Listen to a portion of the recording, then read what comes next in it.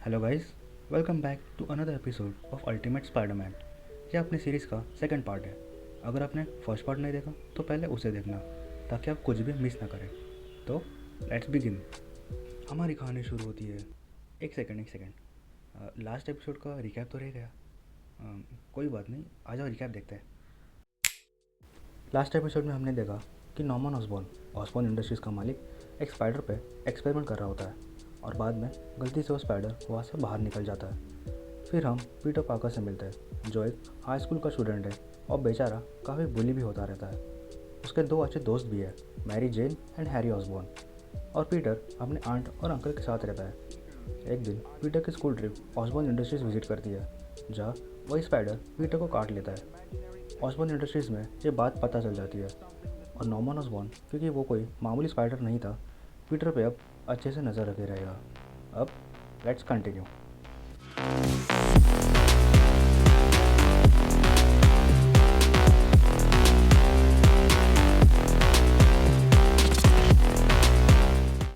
Aunt में Peter को hospital से वापस घर लेके आती है।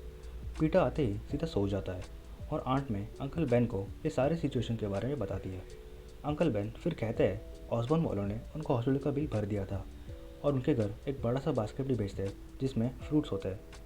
और ये सब ऑसबॉर्न वाले इसलिए बेचते हैं ताकि उन पर कोई लीगल केस ना हो और इन सब कांड से वो बाहर रहे।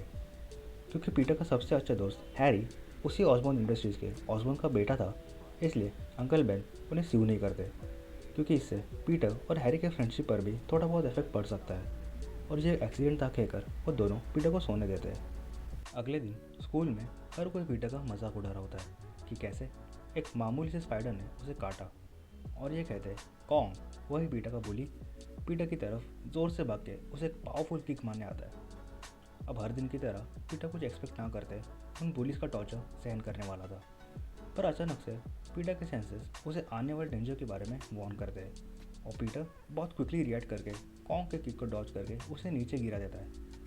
ये देखते ही वहाँ जितने भी स्टूडेंट्स थे सभी शॉक हो जाते, इवन खुद पीटर, क्योंकि पीटर ने लिटरली फाइट बैक करके कॉन्ग जैसे बंदे को नीचे गिरा दिया था। जो होने के बाद पीटर कुछ समझे उससे पहले ही उसे चक्कर आ जाते हैं और वो फेंट होकर नीचे गिर जाता है। इससे हम ये तो समझ गए कि जिस स्पाइडर ने पीटर को काटा वो मामूली तो बिल्कुल नहीं था। पीटर को जब तक होश आता है उसे ऑलरेडी हॉस्पिटल में लेकर जाया जाता है जहाँ आंट में भी होती है। वहाँ मौजूद डॉक्टर पीटर से पूछते हैं कि तुम सॉर्ट ऑफ ड्रग्स वगैरह तो कंज्यूम नहीं करते ना, जहाँ ऑफ कोर्स पीटर मना करता है। डॉक्टर उसे इसलिए पूछते हैं क्योंकि वो पीटर का ब्लड टेस्ट करने वाले थे। ये कहते हैं डॉक्टर उनके नर्स को पीटर के ब्लड सैंपल्स लेने के लिए कहते हैं। अब वो नर्स पीटर का ब्लड सैंपल लेके उसे वहाँ मौजूद लैब में लेके जाने के लिए कहती है जहाँ ब्लड की टेस्टिंग होती है। पर जिस लेडी को वो नर्स ब्लड सैंपल्स कलेक्ट करने के लिए कहती है उसका खुद का ध्यान कहीं और रहता है। और इसी बीच मौका पाते एक stranger fully black dressed Peter का ब्लड सैंपल अपने साथ लेके जाता है। फिर हम देखते हैं कि ये कोई स्ट्रेंजर नहीं बल्कि नॉर्मन ऑसबॉर्न का आदमी है और ये सब ऑसबॉर्न का ही प्लान था। नॉर्मन ऑसबॉर्न इसलिए करवाता है ताकि उसे पीटर का ब्लड मिले और उसके ब्लड को टेस्ट करके स्पाइडर के काटने का इफेक्ट समझ पाए। नॉर्मन ऑसबॉर्न फिर अपने लैब में खुद पीटर का ब्लड टेस्ट करने लगता है। रिपोर्ट्स में नॉर्मन को ये समझ आता है कि जिस स्पाइडर ने पीटर को काटा था उसके वजह से अब पीटर के पास जिंदा रहने के लिए ज़्यादा वक्त नहीं था और वो बहुत जल्द मरने वाला था। नॉर्मन का कलीग नॉर्मन से पूछता है कि क्या वो सच में मरने वाला था, चाहे कुछ भी हो वो मरने ही वाला है।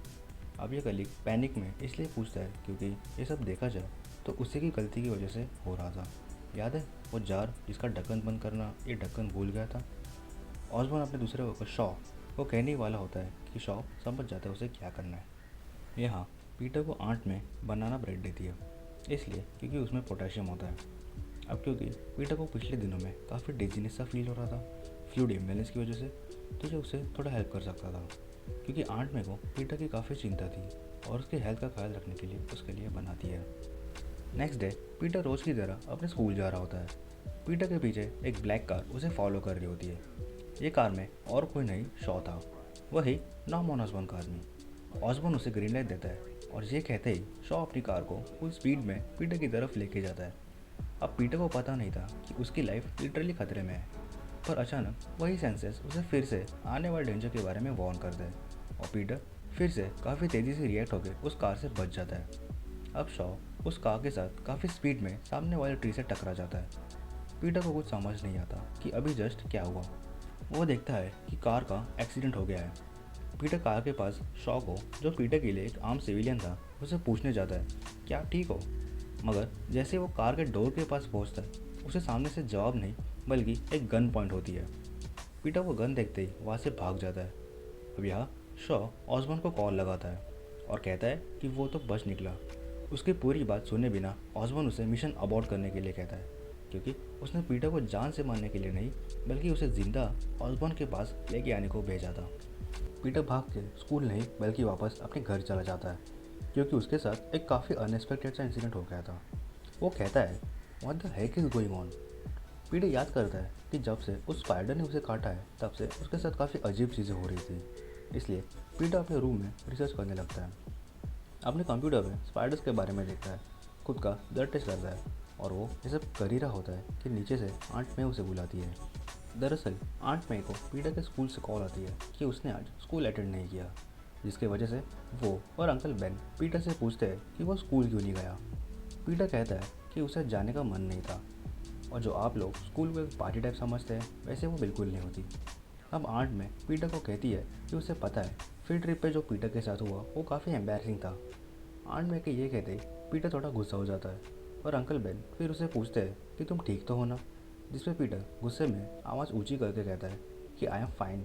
जैसे ही वो रिप्लाई देता है वो नोटिस करता है कि जिस वॉल का उसने सपोर्ट लिया था उसका थोड़ा चंक पीटर के फिंगर्स में चिपक गया था। पीटर इस पर ज़्यादा ध्यान नहीं देता। अंकल बेन उससे कहते हैं कि अब से रूम में चले जाओ। पीटर वैसे ही गुस्से में अपने रूम में जाकर सीधा सो जाता है। दोनों अंकल बेन और आंट में अब पीटर को लेकर काफ़ी चिंतित होते हैं। बीच रात में पीटर की नींद खुलती है और वो देखता है कि अभी तो सुबह भी नहीं हुई है। पीटर फिर वही सोच में पड़ जाता है कि कैसे स्पाइडर के काटने के बाद उसके साथ ऐसे वियर्ड थिंग्स होता है। और ये सोचते सोचते उसे थोड़ी देर पहले हुआ एक इंसिडेंट याद आता है जिसमें उसके फिंगर्स वॉल से चिपक गए थे। अब ये सोचकर वो अपने रूम के वॉल की तरफ देखता है और अपने फिंगर्स वॉल पर स्टिक करने का ट्राई करता है एंड गेस व्हाट, वो चिपक भी जाता है। पीटर ऐसे ही सेम अपने पैरों से भी ट्राई करता है और अब वो लिटरली वॉल पे स्पाइडर की तरह चिपक के क्रॉल करता है। And now he starting to discover his new powers.